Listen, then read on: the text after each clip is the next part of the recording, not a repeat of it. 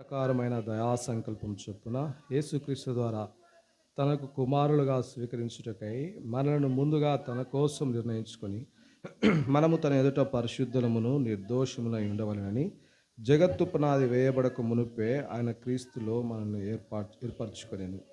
7వ వచనం. దేవుని కృప మహదైశ్వర్యమును బట్టి ఆ ప్రియుని యందు ఆయన రక్తం వలన మనకు విమోచనమును అనగా మన అపరాధములకు క్షమాపణ మనకు కలిగి ఉన్నది.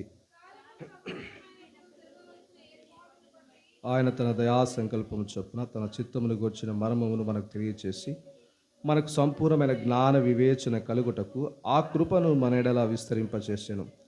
ఈ సంకల్పమును బట్టి ఆయన పరలోకములో ఉన్నవే కానీ భూమి మీద ఉన్నవే కానీ సమస్తమును క్రీస్తునందు ఏకముగా సమకూర్చవలనని తనలో తాను నిర్ణయించుకొనెను. మరియు క్రీస్తునందు ముందుగా నిరీక్షించిన మనము తన మహిమకు కీర్తి కలగచేయవలని దేవుడు తన చిత్త ప్రకారమైన సంకల్పం బట్టి మనను ముందుగా నిర్ణయించి ఆయన యందు స్వాస్థ్యముగా ఏర్పరచెను. ఆయన తన చిత్తానుసారముగా చేసిన నిర్ణయం చొప్పున సమస్త కార్యములను జరిగించున్నాడు. మీరును సత్యవాక్యమును అనగా మీ రక్షణ సువార్తను విని క్రీస్తునందు విశ్వాసం ఉంచి వాగ్దానము చేయబడిన ఆత్మచేత ముద్రింపబడితిరి. 14వ వచనం. దేవుని మహిమ కీర్తి కలుగుటకై ఆయన సంపాదించుకున్న ప్రజలకు విమోచన కలుగు నిమిత్తము ఈ ఆత్మ మన స్వాస్థ్యమునకు సంచకరువుగా ఉన్నాడు. సహాయం నిమిత్తమే ప్రార్థన చేసుకుంటాం. ప్రేమగల పరలోకపు తండ్రి, శ్రీగల దేవ, పరిశుద్ధమైన ప్రభువా, మీ ప్రియ కుమారుడు, మా ప్రియరక్షకుడు నజరైన యేసుక్రీస్తు వారి శ్రేష్టమైన ఘనమైన అద్భుతమైన ఆశ్చర్యకరమైన ఘనమైన నామం పేరిట నీ స్వరక్తం ఇచ్చి సంపాదించిన బిడల మధ్యలో మిమ్మల్ని స్తుతించడానికి, మిమ్మల్ని గణపరచడానికి, మిమ్మల్ని హెచ్చించడానికి మీరు అనుగ్రహించినటువంటి కృపా కనికరాన్ని బట్టి మీకు ఎంతో వదనాలు చెల్లిస్తూ వస్తూ ఉంటున్నాం. గడిచిన వారమంతా కూడా కంటికి కనుపాపరే కాపాడి భద్రపరిచి కృప చూపించి సహాయం చేసి సజీవ లెక్కలో ఉంచి మరొకసారి నీ బిడలముగా నీ పాద సన్నిధిలో కనపడే భాగ్యాన్ని మాకును మీరు అనుగ్రహించినందుకు కొరకై మీకు ఎంతో వదనాలు చెల్లిస్తూ వస్తూ ఉంటున్నాం. దయల తండ్రి, కృపగల దేవ, ఈ యొక్క ప్రభా మిమ్మను ఆత్మతో సత్యముతో వ్యక్తిగతంగా ఆరాధించడానికి ముందుగా ప్రభా నీ లేఖన భాగాల నుంచి ప్రభా మాతో మీరు స్పష్టముగా మాట్లాడుతూ రావాల్సిందిగా ప్రార్థిస్తూ వస్తూ ఉంటున్నాం.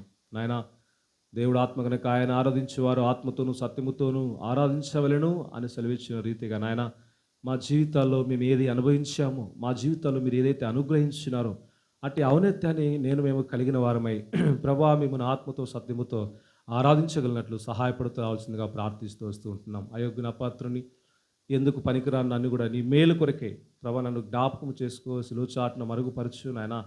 ప్రభా మేము అందరము నిన్ను ఆరాధించగలిగినట్లు కొన్ని మాటలు ప్రభా మాకు మిమ్మల్ని ఆరాధించడానికి మాకు కొన్ని మాటలు దయచేసి రావాల్సిందిగా కోరుతూ, నా బలహీనత నా యొక్క ప్రతి అపరాధమును క్షమించవలసిందిగా కోరుతూ నాయన నీ సిలువ చాటు నన్ను మరుగుపరచు, నా నోటని మాట ఉంచు, నా నాలుకను నా గొంతుకను మీరు తాకుతూ రావాల్సిందిగా కోరుతూ ప్రభా వచ్చిన బిడ్డలందరి కొరకే మీకు ఎంతో వందనాలు. రావాల్సిన వారిని క్షేమంగా తీసుకురండి ప్రభా. మరి ఆయా స్థలాల్లో నిలబడుతున్న మీ దాసుని ఆత్మచేత అభిషేకించి సంఘ క్షేమం గురించి నీకు మహిమ వచ్చే నిమిత్తమై మీ బిడ్డలు మీరు వాడుకొని మీ నామానికి మహిమ తెచ్చుకుంటూ రావాల్సిందిగా కోరుతూ నమ్మదగిన శ్రేష్టమైన అద్భుతమైన ఆశ్చర్యకరమైన ఘనమైన నామం పేట అడిగి ప్రార్థించి వెడుతున్నాము తండ్రి, ఆమేన్.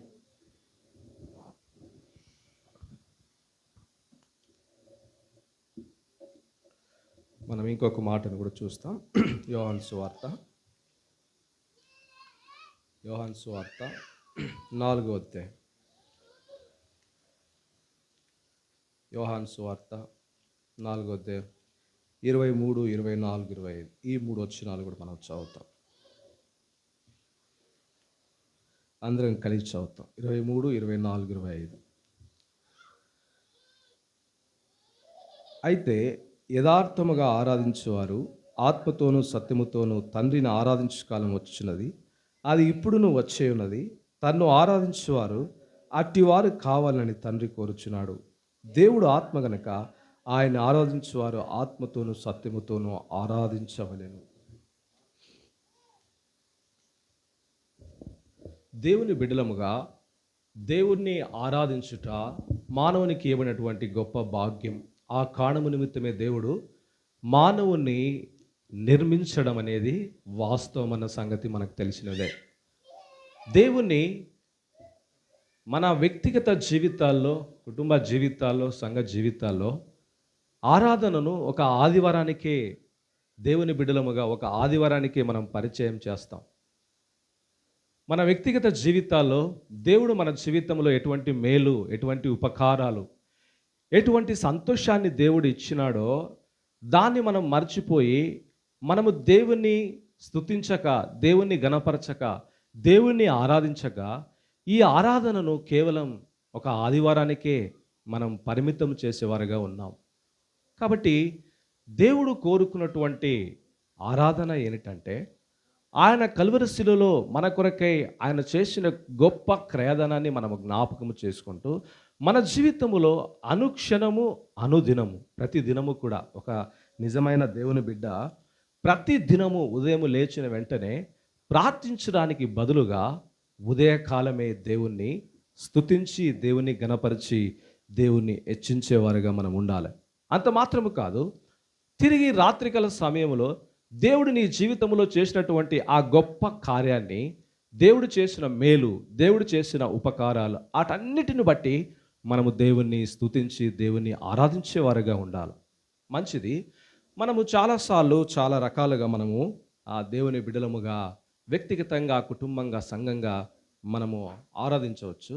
అయితే చాలామందికి ఆరాధన అనే మాటకి కొన్నిసార్లు తెలిసి తెలవకుండా మనం సహవాసంలో ఉన్నాము కాబట్టి తెలిసి తెలవకుండా సామాన్యంగా మనం దేవుణ్ణి మనం ఆరాధిస్తూ ఉంటాం. కానీ నిజమైనటువంటి ఆరాధన, నిజమైనటువంటి సత్యముతో కూడినటువంటి ఆరాధన దేవుని బిడ్డలముగా దాన్ని మనం గ్రహించము. కాబట్టి మనము నిజంగా ఆరాధన అనే పదానికి, లేకుంటే ఆరాధన అనే మాటకి నిజమైనటువంటి ఆ మాటను మనము జ్ఞాపకం చేసుకోవాలి. చాలాసార్లు మనకి ఆరాధన, స్తుతి, ప్రార్థన ఈ మూడు మాటలకి మనకు కూడా అన్ని పరిచయమైన మాటలే అయినను మనము దేవుణ్ణి ఆరాధించడానికి ముందుగా ఈ విషయాలు జ్ఞాపకం చేయాలని కోరుతున్నాను. మీరు ఎవరైనా ఆరాధన అంటే ఏంటి అనే మాటను మీరు ఎవరైనా చెప్తే బాగుంటుంది. ఆరాధన అంటే ఏంటి? స్తుతి అంటే ఏంటి? ప్రార్థన అంటే ఏంటి? ఇవి తెలియకుండా మన జీవితంలో మనం దేవుణ్ణి ఆత్మతో, సత్యముతో ఆరాధించలేం. ఆరాధన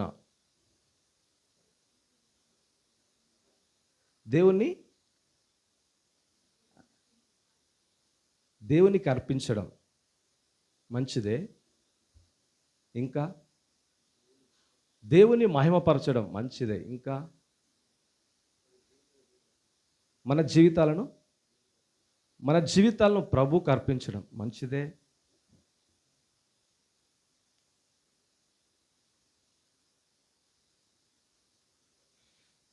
ఆరాధన అంటే దేవుని యొక్క గుణగణాలను వర్ణించడమే ఆరాధన.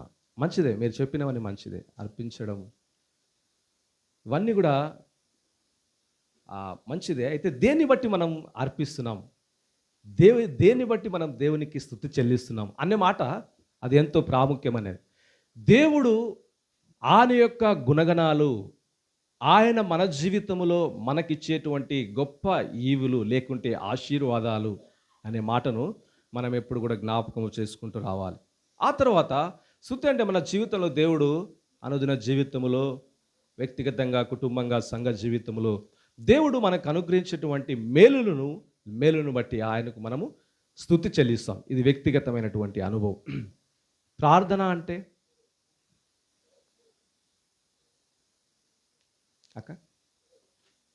అడగడం. ప్రార్థన అంటే అడగడం. ఇంకొక మాట ఏమైనా యాడ్ చేస్తారా? ప్రార్థన అంటే దేవునితో మాట్లాడడం మంచిదే.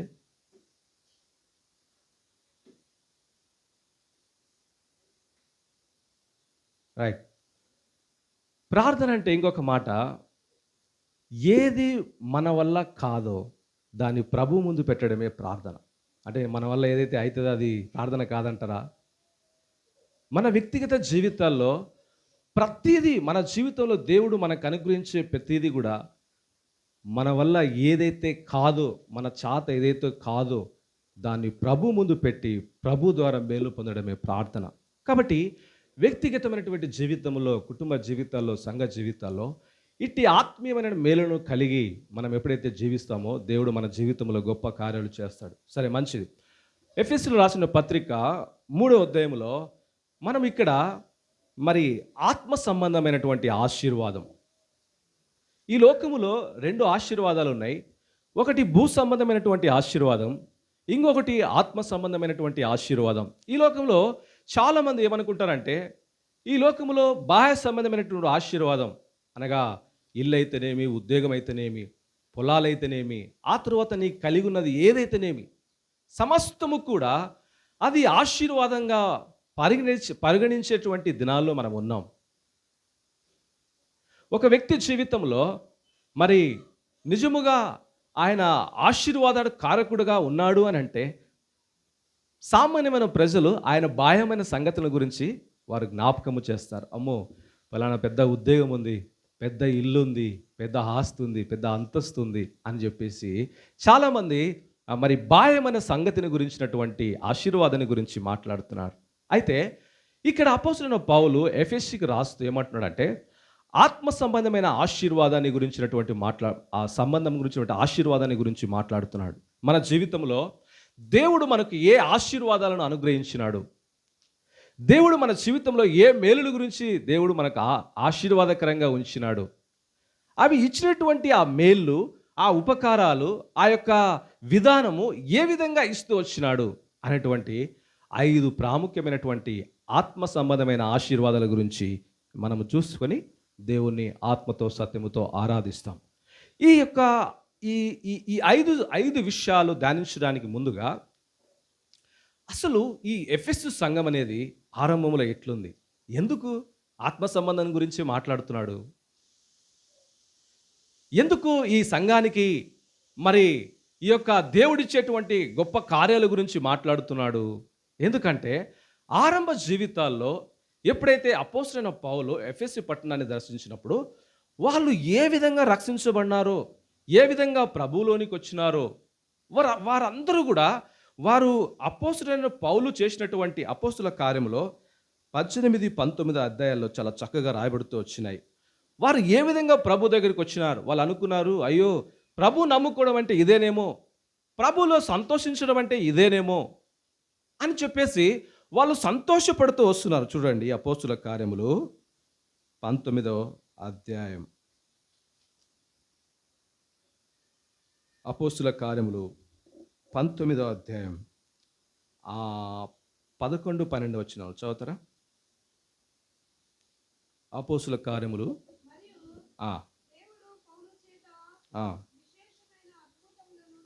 విశేషమైన అద్భుతములను చేయించెను. అతని శరీరముకు తగిలిన చేతి గుడ్డలైనను నడికట్లైనను రోగుల ఎద్దకు తెచ్చినప్పుడు రోగం వారిని విడిచెను, దయ్యములు కూడా వదిలిపోయాను. కాబట్టి వీరి ఆరంభం యొక్క జీవితము ఎప్పుడైతే అపోస్తలుడైన పౌలు వారి మధ్యలో ఉండి వారు చేసినటువంటి ఆ అనారోగ్యంతో ఉన్న వారిని స్వస్థపరుస్తూ వచ్చినాడు. చేతి గుడ్డలంటే ఇప్పుడు చాలామంది దీన్ని మోడల్గా తీసుకొని ఎగ్జాంపుల్గా తీసుకుని చాలామంది ఆయా సంఘాల్లో ఈ కర్చీపులను అమ్ముతున్నారు. ఏంది ఇందులో ఏముంది, ఇందులో స్వస్థత ఉంది అని చెప్పేసి కొంతమంది కర్చీపులు కూడా ఆ బిజినెస్ కూడా స్టార్ట్ చేసినారు. మంచిదే. అపోస్తలుడైన పౌలు తన జీవితంలో తన ద్వారా ఎన్నో అద్భుతములు, ఎన్నో ఆశ్చర్య కార్యాలు జరుగుతూ వచ్చినాయి. మొదటిది. రెండవది, అనారోగ్యంగా ఉన్నవారు బాగుపడుతూ వచ్చినారు. మూడవది, దయ్యములు పట్టిన వారు దయ్యములు కూడా వెళ్ళిపోయినాయి. ఆ తర్వాత మనం కిందకు చూసుకుంటూ వస్తే ఎంతోమంది మంత్రజ్ఞులు వారు వారి యొక్క గ్రంథాలను అగ్నితో కాల్చివేసినారు. అంత మాత్రమేనా? అక్కడ చేసినటువంటి అద్భుతములను బట్టి, ఆశ్చర్య కార్యములు బట్టి వారు అక్కడ ఒక దేవత ఉంది. ఆ దేవతను బట్టి వారు ఎంతగానో సంతోషంగా ఉన్నారు. ఆ దేవతను బట్టి వారి యొక్క ప్రదేశంలో గొప్ప వ్యాపారం నడుస్తుంది. ఆ యొక్క అర్తమీ దేవి అనేటువంటి ఒక దేవత అక్కడ ఒక ఫేమస్గా ఉంది. మన ఇక్కడ ఉండే దేవతలు ఏ విధంగా అయితే పరిగణించబడుతున్నారో అక్కడ ఎఫెసీలో ఒక దేవత ఉంది. ఆమె పేరు అర్తమీ దేవి. ఈ యొక్క దేవత గురించి వాళ్ళు ఏం చేస్తున్నారంటే బిజినెస్ చేస్తున్నారు. ఏం బిజినెస్? వాళ్ళు ఆ యొక్క దేవత యొక్క బొమ్మలు చేసుకుని వ్యాపారం చేస్తున్నారు. వ్యాపారం చేస్తుంటే ఇప్పుడు ఎప్పుడైతే అపోస్తలుడైన పౌలు ఆ స్థలానికి వచ్చినాడో, ఎప్పుడైతే అనేకులు స్వస్థపరచ అద్భుతాలు ఆశ్చర్యకార్యాలు చూసినారో, ఎప్పుడైతే ఆ యొక్క అనారోగ్యం వదిలిపెట్టిపోయిందో, ఎప్పుడైతే దయ్యములు సహా వదిలిపెట్టిపోయినాయో, ఎప్పుడైతే మంత్రజ్ఞులు సహా వారి యొక్క గ్రంథాలను కాల్చివేసినారో, అక్కడుండే మనుషులందరూ కూడా ప్రభు వైపుకు తిరిగిపోయినారు. ప్రభు వైపు తిరిగిన తర్వాత బిజినెస్ ఎక్కడ సాగుతుంది? ఎవరు ఈ దేవతను పూజిస్తారు? ఎవరు ఈ దేవతను ఆరాధిస్తారు? అక్కడ ఒక గొప్ప జనసమూహంగా ఏర్పడిపోయినారు. ఏం చేయాలో అర్థం అవ్వట్లే. వాళ్ళందరూ కూర్చొని మన దేవత యొక్క ఘనత ఏమైపోయింది? అందరూ కూడా ఈ అపోస్తలుడైన పౌలు వెంట వెళ్తున్నారు. ఆ ఆశ్చర్య కార్యాలు చూస్తున్నారు. ఆ దయ్యములు వెళ్ళిపోతున్నాయి. ఎన్నో అద్భుతములు ఆశ్చర్య కార్యాలు జరుగుతున్నాయి. ఆఖరికి మంత్రజ్ఞులు కూడా అందరూ కూడా వారి యొక్క గ్రంథాన్ని సహా, ఎంతో వెల చెల్లించే గ్రంథాన్ని సహా చింపివేసి అగ్నిలో కాల్చివేసినారు. ఇన్ని అద్భుతాలు చేస్తుంటే మన దేవత ఏమైపోతుంది? మన దేవత యొక్క ఘనత ఏమైపోతుంది అని అందరూ గుంపుగూడారంట. అందరూ గుంపుగూడి వాళ్ళందరూ కలిసి మాట్లాడుకొని దాదాపుగా 2 గంటల సేపు అర్తమీదేవి మహాదేవి అని చెప్పేసి ఎంతో గట్టిగా బిగ్గరగా వాళ్ళందరూ కూడా గట్టిగా అరుస్తున్నటువంటి సమయంలో ఇప్పుడు అపోస్తలుడైన పౌలు ఆయన అక్కడి నుంచి మరి ఈ యొక్క గలిబిలిని చూడలేక ఇక్కడ కలిగినటువంటి దేవుడు చేసిన ఆ అద్భుతముల ఆశ్చర్య కార్యాలకి అన్యులు ప్రతిస్పందించడం చూసి అపోస్తలుడైన పౌలు అక్కడి నుంచి బయలుదేరడం మనం చూస్తాం. కాబట్టి ఇట్టి విధానములో ఎఫెసీ సంఘం ప్రభు దగ్గరకు వచ్చింది. వారు అనుకున్నారు యేసు ప్రభువుని నమ్ముకోవడం అంటే యేసు ప్రభువుని నమ్ముకోవడం అంటే అద్భుతం జరిగితే యేసు ప్రభువుని నమ్ముకోవడమేమో, ఇంతే అనుకున్నారు వాళ్ళు. యేసు ప్రభువుని నమ్ముకోవడం అంటే మన జీవితంలో అనారోగ్యం వస్తే అనారోగ్యం బాగైతే యేసు ప్రభువుని నమ్ముకోవడం అనుకున్నారు. యేసు ప్రభువుని నమ్ముకోవడం అంటే మన జీవితాల్లో ఏదైనా మానసికంగా ఏదైనా మన జీవితంలో సంభవించినప్పుడు అది మనకు మంచిది కావడమే ప్రభువు నమ్ముకోవడం అని అనుకున్నారు. అటువంటి వారికి ఇప్పుడు అపోస్తలుడైన పౌలు వాళ్ళకు పత్రిక రాస్తూ నిజముగా దేవుణ్ణి ప్రభు దగ్గరికి రావడం అంటే ఏంటి, నిజముగా ప్రభువైన యేసుక్రీస్తు ప్రభువులను రక్షకునిగా అంగీకరించడం ద్వారా కలిగే ఆశీర్వాదాలు ఏంటి అనేటువంటి ప్రాముఖ్యమైన సత్యాల గురించి ఇక్కడ అపోస్తలుడైన పౌలు బోధిస్తూ వస్తున్నాడు. మరి అట్లయితే ఆశ్చర్యకారణం మన జీవితంలో జరగడం తప్ప, మన జీవితంలో అనారోగ్య పరిస్థితుల్లో ఆరోగ్యం రావడం తప్పంటారా? మన జీవితంలో నిందలో, నిరాశలో, నిస్పృహలో ఉన్నప్పుడు బాగుపడడం తప్పంటావా? కాదు. దేవుడు నిన్ను తన యొద్దకు తీసుకురావడానికి దేవుడు ఏర్పరిచే మార్గం, దేవుడు మిమ్మల్ని ఏర్పాటు చేసుకున్నటువంటి ఉద్దేశాన్ని బట్టి కొంతమందిని దేవుడు అనారోగ్య పరిస్థితుల ద్వారా దేవుడు వారిని దేవుని దగ్గరకు తీసుకొస్తాడు. కొంతమంది అద్భుతములు, ఆశ్చర్యములు, కార్యాలు చేసి వారి దగ్గరకు తీసుకొస్తాడు. కొంతమంది మానసికంగా ఎంతో దీనమైనటువంటి స్థితిలో ఉన్నవారిని దేవుడు వాళ్ళ దగ్గరకు తీసుకొస్తాడు. అది ప్రభు దగ్గరకు తీసుకొచ్చే అది ఒక మార్గం మాత్రమే. దానినే నువ్వు ప్రభువుని నమ్ముకోవడం అని అంటే అది సరైన విధానము, పద్ధతి కాదు. అదే అపోస్తలుడైన పౌలు ఈ ఎఫెసీయులకు రాస్తా చెప్తూ ఉన్నాడు. అద్భుతాలు చూశారు, ఆశ్చర్యకార్యాలు చూశారు, బాగుపడడం చూశారు. మంత్రులు సహా, ఆ యొక్క విద్యను అభ్యసించినటువంటి వారు కూడా సహా వారి యొక్క అద్భుతములు, ఆశ్చర్యకార్యములు వాళ్ళు చూసి వారంతా కూడా కాల్చి పడేసినారు. కాబట్టి ఇప్పుడు ఈ దేవుడు గొప్పవాడు అని ప్రభు నమ్ముకున్నావా? ఓ ఎఫెసీయులారా, అది కాదు. ఆత్మ సంబంధమైన ఆశీర్వాదం ఏంటో గ్రహించు. మంచిదే, నువ్వు బాహ్య సంబంధమైన ఆశీర్వాదం పొందినావు, మంచిదే. అద్భుతములు చూసావు, ఆశ్చర్య కార్యాలు చూసావు, అనారోగ్య పరిస్థితుల్లో దేవుడు ఆరోగ్యం ఇచ్చాడు, మంచిదే. వీటన్నిటితో పాటు దేవుడు అనుగ్రహించే ఆత్మ సంబంధమైన ఆశీర్వాదాన్ని ఎప్పుడైతే నువ్వు గ్రహిస్తావో దేవుణ్ణి ఇంకా ఎక్కువగా దేవుణ్ణి ఆరాధిస్తావు, ఇంకా ఎక్కువగా దేవుని గణపరుస్తావు, ఇంకా ఎక్కువగా దేవుణ్ణి పూజిస్తావు. అట్టి విధానములో మనం ఎప్పుడైతే దేవుణ్ణి హెచ్చించి గణపరుస్తామో దేవుడు నిన్ను బట్టి, నన్ను బట్టి దేవుడు సంతోషించేవాడుగా మన పట్ల ఉంటాడు. ఇప్పుడు ఆత్మ సంబంధమైన 5 ఆశీర్వాదాల గురించి మాట్లాడుకుని మనం దేవుణ్ణి ఆరాధిస్తాం. మొదటిది ఎఫెసీయులకు రాసిన పత్రిక ఎఫెసీయులు రాసిన పత్రిక మొదటి అధ్యాయం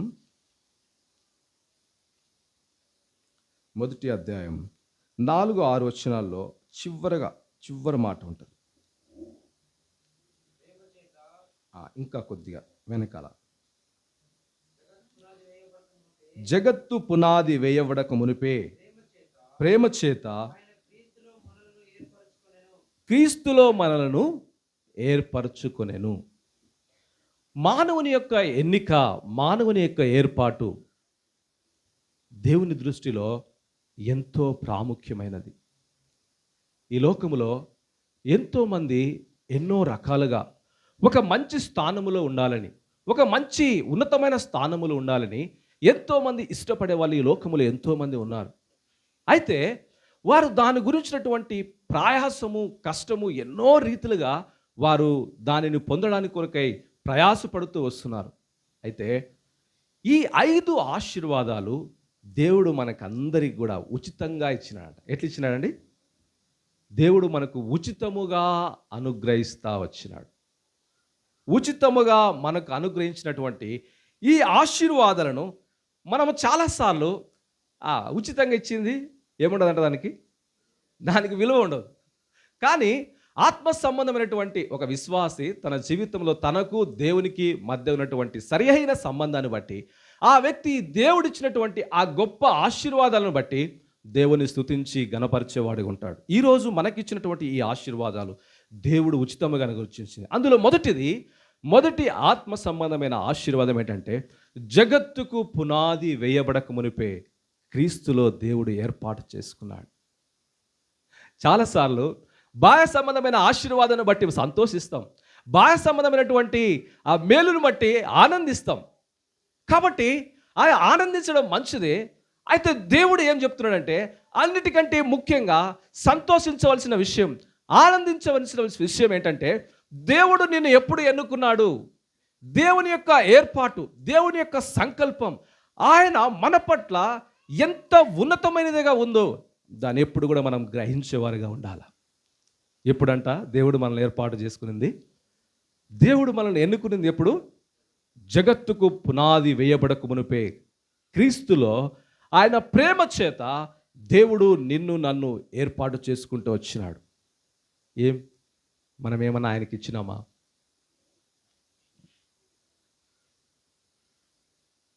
ఎందుకు ఆయన మనల్ని ఏర్పాటు చేసుకున్నాడు?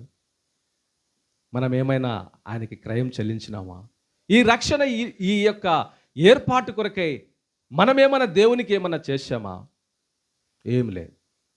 మన ఎన్నిక, మన ఏర్పాటు మనం గ్రహించినప్పుడు నిజముగా ఆశ్చర్యం అనిపిస్తుంది. మనకందరికీ పరిచయమైనటువంటి భాగమే కొరింథీయుల మొదటి పత్రిక 1వ అధ్యాయం 26వ వచనంలో మన ఎన్నిక, మన ఏర్పాటు అసలు ఎటువంటిది? మన దేవుడు మనల్ని ఏర్పాటు చేయడానికి మనం అర్హులమా? కొరింథీయులు రాసిన మొదటి పత్రిక 1వ అధ్యాయం 26వ వచనం.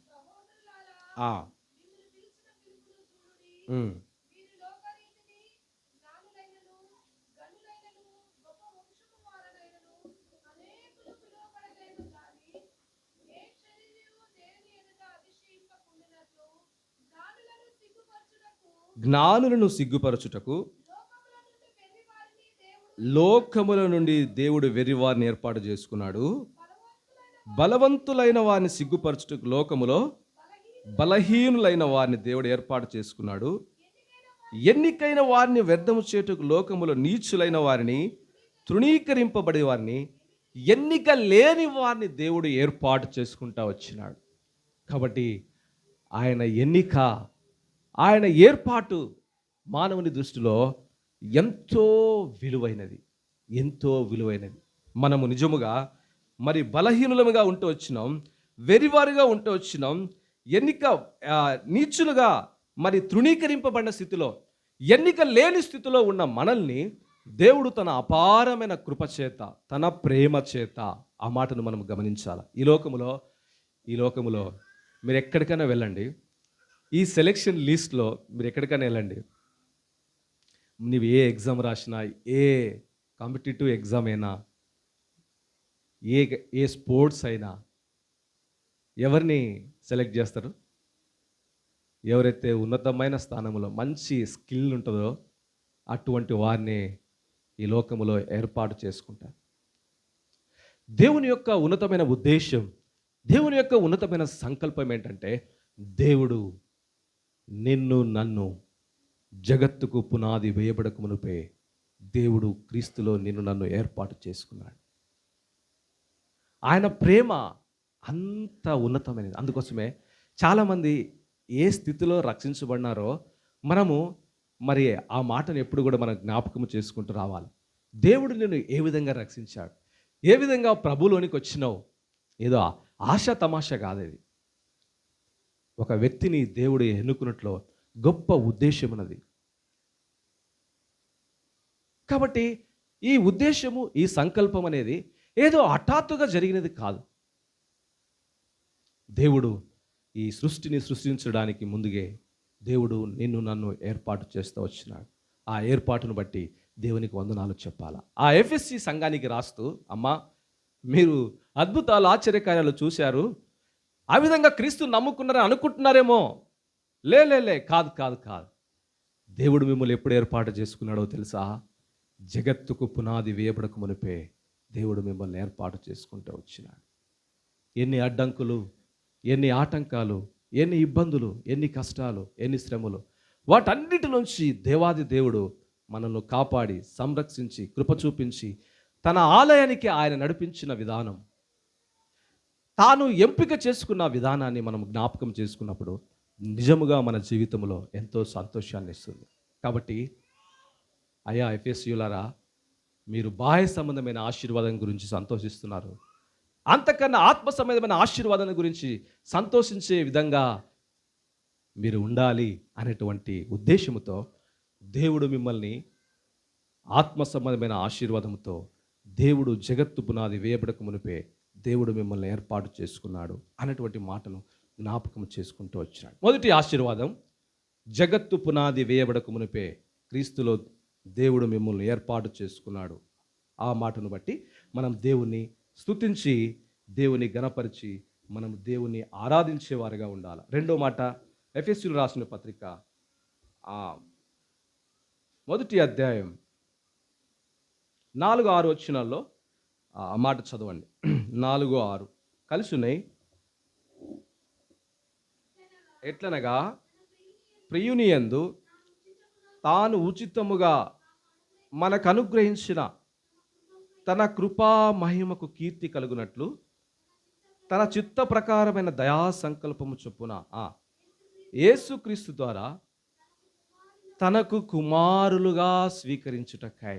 రెండవ ఆశీర్వాదం ఏంటంటే, నిన్ను ఏర్పాటు చేసుకో, జగత్తు పునాది వేయబడక మునిపే నిన్ను ఏర్పాటు చేసుకున్నాడు.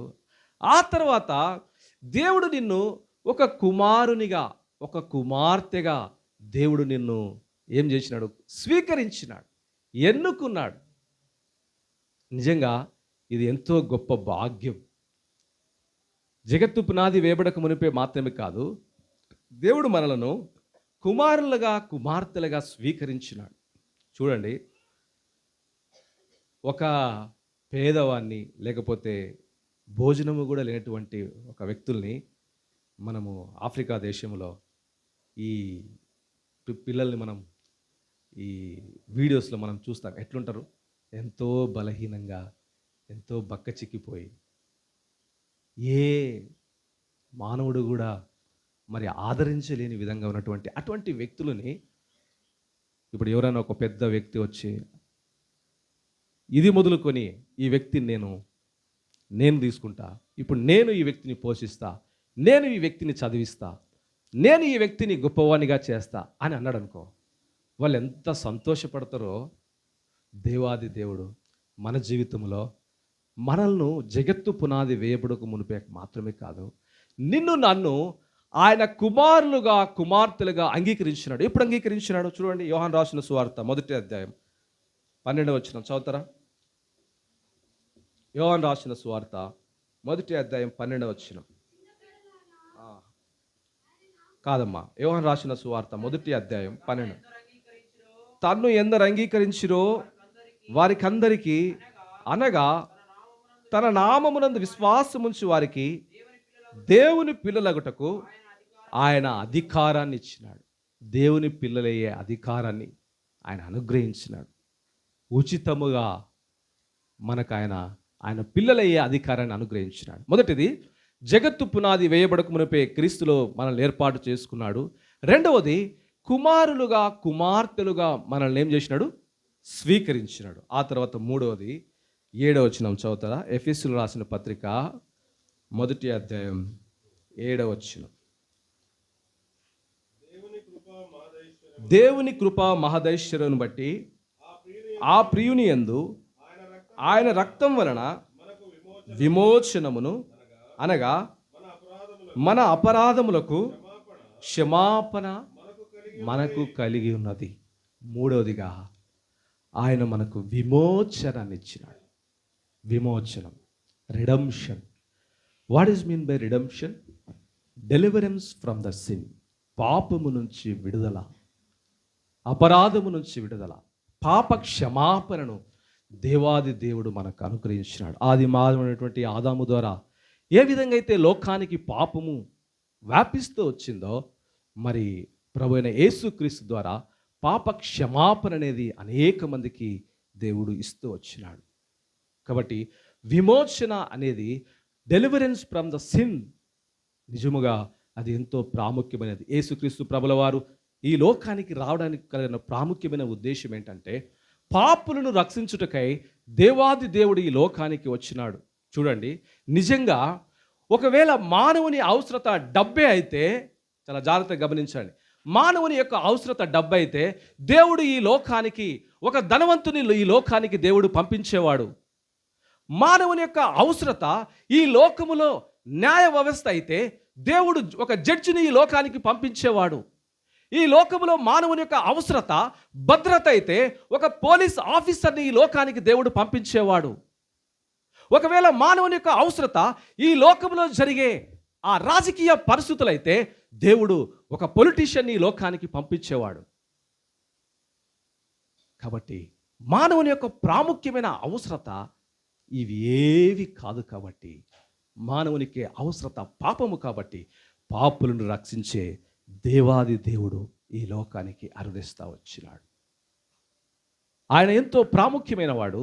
ఆయన మన జీవితంలో పాపం నుంచి విమోచించే దేవుడుగా ఉన్నాడు.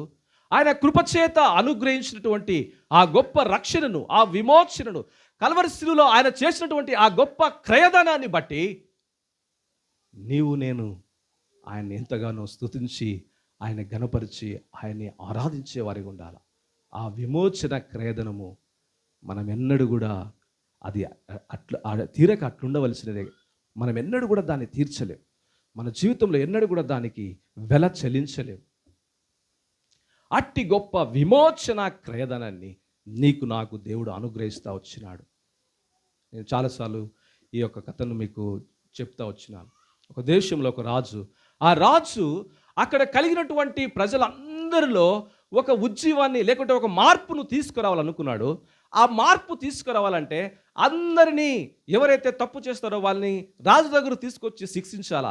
ఎవరైతే శిక్షించబడతారో ఆ శిక్షించే వ్యక్తి ఇక ఎన్నడూ కూడా తప్పు చేయడు అన్నటువంటి కాన్సెప్ట్తో ఆ దేశానికి చెందినటువంటి రాజు అక్కడ ప్రజలందరినీ కూడా శిక్షించడం మొదలు పెడితే ఎవరు తప్పులు చేస్తారో ఆ వ్యక్తిని తీసుకురావాలా, రాజు సన్నిధిలో కూర్చోబెట్టాలా, అక్కడ రాజు దగ్గర శిక్షించాలా, విపరీతంగా కొరడా దెబ్బలతో శిక్షించాలా. శిక్షించిన వెంటనే ఆ వ్యక్తి బతికితే సరే, ఒకవేళ చనిపోతే చనిపోయినట్టే, బతికితే ఇక తప్పు చేయొద్దు అని చెప్పి పంపించేటువంటి పరిస్థితులు ఆ రోజుల్లో ఉండేవి. ఇటువంటి పరిస్థితులలో అక్కడ ఉన్నటువంటి ఆయన మంత్రి అన్నాడు, ఆయన కింద ఉన్నటువంటి సైనికులు అన్నారు, అయ్యా నీవు ఏదైతే మానవునికి నిర్ణయించినావో, ఏ శాసనాన్ని అయితే తీసుకొచ్చినావో, మనుషులందరూ కూడా మారిపోయినారు. ఏ మనిషి కూడా తప్పు చేస్తలేడు, ఏ మనిషి కూడా ఏ పాపమును అటువైపు చూస్తలేడు, అందరూ కూడా చాలా మంచిగా ఉన్నారు అని మాట్లాడుతున్నటువంటి సంభాషణలో ఒక వ్యక్తిని, ఒక పెద్ద ఒక నల్లటి క్లాత్ తీసుకొచ్చి ఆ రాజు ముందు నిలబెట్టినారు. ఆ రాజు ముందు నిలబెడితే, ఎవరు ఈయనంటే, ఈ వ్యక్తి తప్పు చేస్తుండగా ఈ వ్యక్తిని మేము చూసినాం, ఈ వ్యక్తిని ఇక్కడ తీసుకొచ్చినాం, ఇంత శిక్ష, ఇంత ప్రతిదండన, ఇంత ఘోరమైనటువంటి కొరడా దెబ్బలు ఇన్ని ఉన్నప్పటికీ ఈ వ్యక్తి ఏ విధంగా తప్పు చేస్తూ వచ్చినాడు, ఈ వ్యక్తి మరణానికి పాత్రుడు అనేటువంటి కోపముతో, ఉద్రేకముతో రాజు ఆ వ్యక్తి ఎవరో ఆ యొక్క తలకున్న ముసుగును తీయనప్పుడు, ఆ ముసుగును తీసేసినప్పుడు ఆయన ఎవరో కాదు, రాజు యొక్క కుమారుడు. రాజు యొక్క కుమారుడు. ఆజ్ఞ ముందుగానే ప్రకటించబడింది. తన కుమారుని చూసినాడు, తనకేం చేయాలో అర్థం కాలే. అప్పుడు అన్నాడు, నా కుమారునికి బదులుగా ఆ శిక్షను నేను మోస్తాను, ఆ కుమారుడు చేసిన తప్పిదానికి శిక్ష నేను అనుభవిస్తా అని ఆ కుమారునికి బదులుగా తండ్రి శిక్షను అనుభవిస్తూ వచ్చినాడు. కాబట్టి దేవాది దేవుడు నిన్ను నన్ను ప్రేమించినటువంటి వ్యక్తి మానవునిలో ఉన్నటువంటి జన్మ పాపము, కర్మ పాపము, తలంపుల ద్వారా, చూపుల ద్వారా, క్రియల ద్వారా, మన జీవితంలో మనము కలిగిన ప్రతి పాపము ద్వారా మనము మరణానికి పాత్రులం. అట్టి మరణము నుంచి దేవుడు నిన్ను నన్ను విడిపించడానికై తన ఏకైక కుమారుణ్ణి కలవరి శిలువకు అప్పచెప్తా వచ్చినాడు. ఆయన ప్రేమ ఎన్నదగినది, ఆయన ప్రేమ మారనిది, ఆయన ప్రేమ ఎంతో గొప్పది. అటు గొప్ప దేవుడు, అట్టి ప్రేమతో ప్రేమించినటువంటి దేవుడు నీకు నాకు ఆ గొప్ప క్రయదానాన్ని దేవుడు అనుగ్రహించినాడు. కాబట్టి మన జీవితంలో ఈ మేలును ఎన్నడూ కూడా మర్చిపోకూడదు. మొదటిది, జగత్తు పునాది వేయబడక మునిపే క్రీస్తులో దేవుడు మనల్ని ఏర్పాటు చేసుకున్నాడు. రెండవది, కుమారునుగా, కుమార్తెలుగా, తన పిల్లలుగా ఆయన మనల్ని చేసుకున్నాడు. మూడవది, దేవుడు మనకు విమోచనాన్ని, మారు మనసు లేక పాప క్షమాపణను దేవుడు మనకు అనుగ్రహిస్తూ వచ్చినాడు. అటు విధానాన్ని బట్టి మనము దేవుణ్ణి సంతోషముగా మనము దేవుణ్ణి ఆరాధించేవారుగా మనం ఉన్నాం. కాబట్టి ఈ లోకములో దేవుడు మనకి అనుగ్రహించినటువంటి ఈ ఆత్మ సంబంధమైన ఆశీర్వాదాలను బట్టి మనము ప్రతి నిత్యము ప్రభువుని ఆరాధించేవారుగా మనం ఉండాలి. ఆ తర్వాత 4వ ఆశీర్వాదం 11-12 వచనాలు చదువుతారా? ఎఫెసీ రాసిన పత్రిక 1వ అధ్యాయం 11-12 వచనాలు. మరియు క్రీస్తునందు ముందుగా నిరీక్షించిన మనము తన మహిమకు కీర్తి కలగ చేయవలని దేవుడు తన సంకల్పమును బట్టి మనలను ముందుగా నిర్ణయించి ఆయన యందు స్వాస్థ్యముగా ఏర్పరచెను. చాలమ్మ. ఆ తర్వాత దేవుడు మనకు అనుగ్రహించే ఆత్మ సంబంధన 4వ ఆశీర్వాదం ఏంటంటే, దేవుడు మనకు ఒక రాజ్యాన్ని లేక ఒక స్వాస్థ్యాన్ని దేవుడు అనుగ్రహించాడు. నిజముగా దేవుడు యోహాను సువార్త 14వ అధ్యాయంలో, నేను మిమ్మల్ని అనాథులుగా వదిలిపెట్టను, తిరిగి నేను మీ వద్దకు వస్తా, మీ కొరకై నేను స్థలము సిద్ధపరచ వెలుచున్నాను, నేనుండు స్థలములో మీరు నుండులాగున నేను వచ్చి మరలా మీ వద్దకు వచ్చి నేను తీసుకెళ్తా అనేటువంటి ప్రగాఢమైనటువంటి వాగ్దానము చేత, మాట చేత దేవుడు మనల్ని, ఆయన మనకు ఒక స్వాస్థ్యాన్ని అనుగ్రహించినాడు. నిజంగా ఈ లోకంలో నిజంగా మనుషులందరూ మాదిరి మనం కూడా చనిపోతే దానికి అర్థం లేదండి. దేవుడు నీ కొరకే ఆయన రక్షించుకున్న ప్రాముఖ్యమైన ఉద్దేశం ఏంటంటే, ఈ లోకములో నువ్వు రక్షించబడిన తర్వాత ఈ లోకములో ఆయన కొరకు నమ్మకంగా జీవిస్తూ, ఆయన కొరకు నమ్మకంగా జీవించి నువ్వు మరణించినప్పుడు నీవు ఈ లోకములో ప్రభుతో ఉంటావు, పరలోకములో కూడా నువ్వు ప్రభుతో ఉంటావు. అట్టి గొప్ప భాగ్యాన్ని దేవుడు అనుగ్రహించినాడు. ఈ లోకంలో మనుషులుగా ఎన్నో ఈ లోకంలో నివసించడానికి చిన్న చిన్న గృహాలు, చిన్న చిన్న ఇల్లు ఏ విధంగా అయితే దేవుడు మనకు అనుగ్రహించినాడో, నీ కొరకై, నా కొరకై పరలోక రాజ్యములో ఒక గొప్ప పట్టణాన్ని ఆయన కట్టబోతున్నాడు. ఆ పట్టణములో నీవు నేను, ఆ యొక్క గొప్ప స్వాస్థ్యములో నీవు నేను ఉండాలనేటువంటి గొప్ప ఉద్దేశము కలిగి దేవుడు ఆ స్థలాన్ని సిద్ధపరుస్తున్నాడు. ఎంత గొప్పది! కాబట్టి చాలాసార్లు మనుషులముగా దేవుడు అనుగ్రహించే ఆత్మ సంబంధమైన ఆశీర్వాదాన్ని వదిలిపెట్టి భూ సంబంధమైన ఆశీర్వాదాల గురించి చింతిస్తాం, బాధపడతాం. మనకు అది లేదే, ఇది లేదే, అది ఉంటే బాగుండే, ఇది ఉంటే బాగుండే మనం ఆలోచిస్తాం, బాధపడతాం. కాబట్టి దేవుడు నీ కొరకై నా కొరకై ఆ యొక్క గొప్ప స్వాస్థ్యాన్ని దేవుడు అనుగ్రహిస్తూ వచ్చినాడు. అట్టి స్వాస్థ్యాన్ని బట్టి నేను దేవుణ్ణి స్తుతించి, దేవుణ్ణి గణపరిచి, దేవుణ్ణి ఆరాధించే బిడ్డలుగా మనం ఉండాలని దేవుడు కోరుచున్నాడు. కాబట్టి ఆత్మీయ జీవితాల్లో ఈ ఆత్మ సంబంధమైన ఆశీర్వాదాలను మన జీవితంలో మనం ఏమన్నాడు కూడా మర్చిపోకూడదు. ఆ తర్వాత ఆఖరి ఆశీర్వాదం 14వ వచనం. మొదటిది ఎఫెసీయులు రాసిన పత్రిక 1వ అధ్యాయం 14వ వచనం. కీర్తి కలుగుటకై ఆయన సంపాదించుకున్న ప్రజలకు విమోచన కలుగు నిమిత్తము ఈ ఆత్మ మన స్వాస్థ్యమునకు సంచకరువుగా ఉన్నాడు. 5వది పరిశుద్ధాత్మ దేవుడు మనకు అనుగ్రహిస్తూ వచ్చినాడు. ఈ లోకములో దేవుడు మనకు అనుగ్రహించినటువంటి గొప్ప స్వాస్థ్యం, ఆయన మనల్ని ఏమి చేస్తాడు? యోహాను సువార్త 16వ అధ్యాయం 17వ వచనంలో పరిశుద్ధాత్మ దేవుడు అసలు మనకు ఏం చేస్తాడు, మనకి ఏం నేర్పిస్తాడు, ఎందుకు పరిశుద్ధాత్మ దేవుడు మనకు అనుగ్రహిస్తూ వచ్చినాడు? 16-13 చదువుతారా?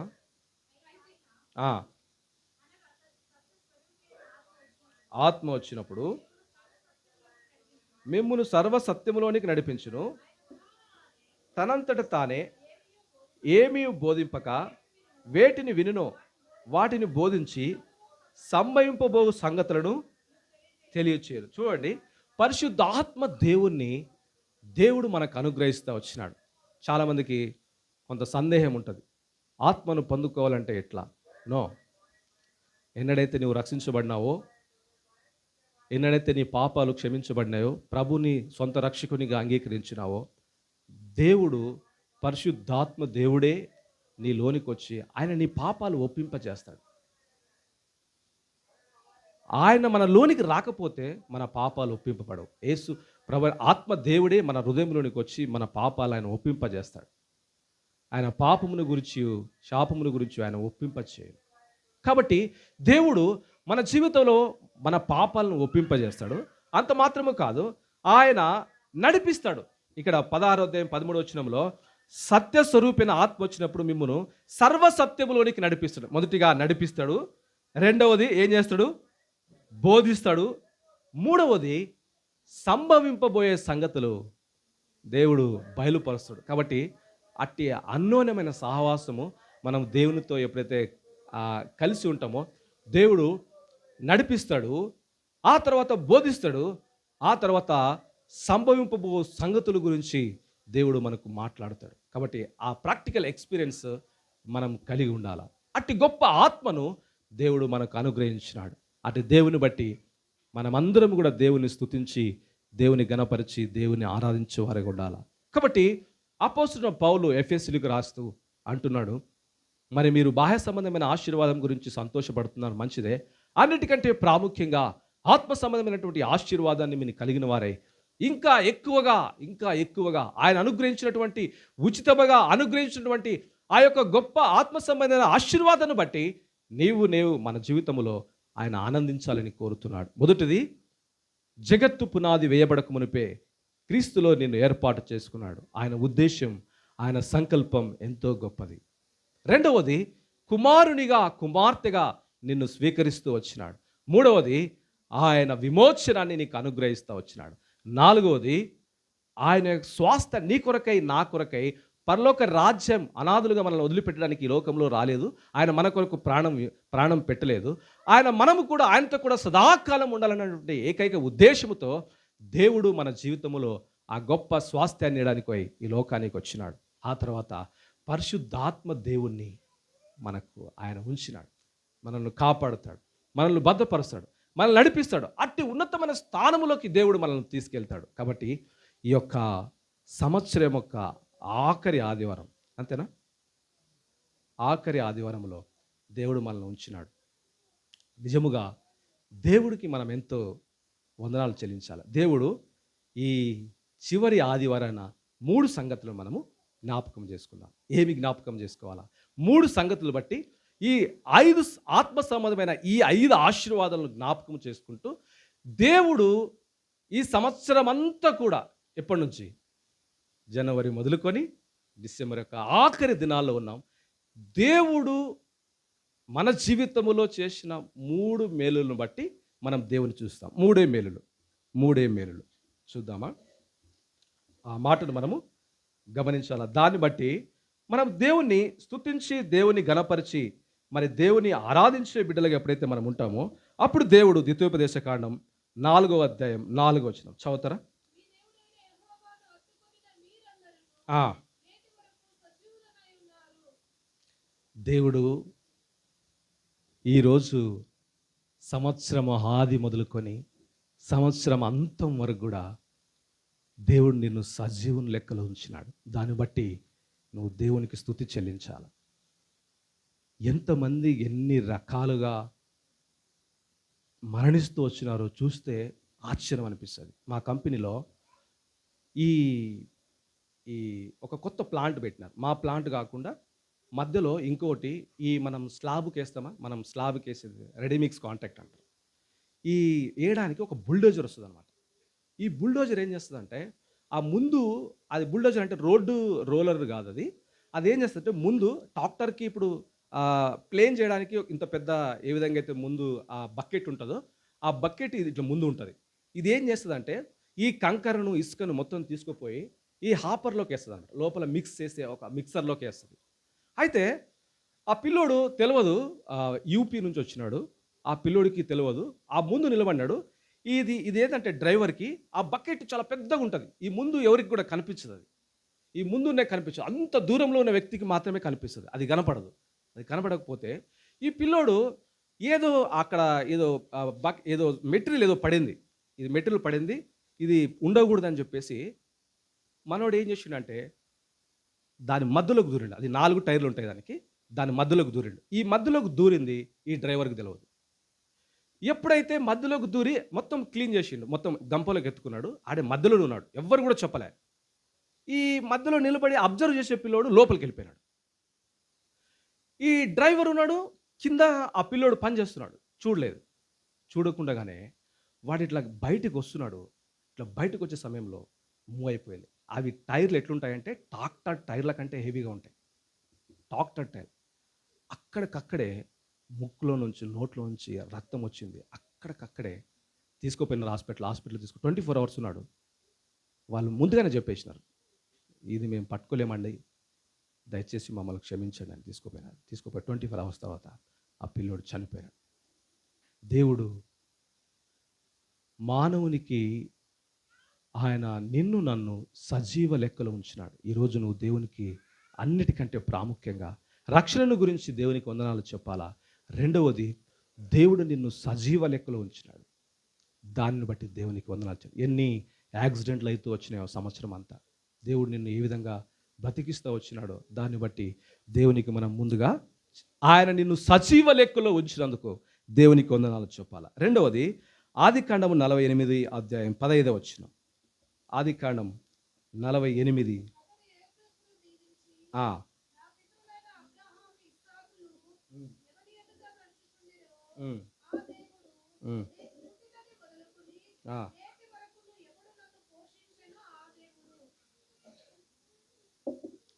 నిన్ను సజీవ లెక్కలో ఉంచడం మాత్రమే కాదు,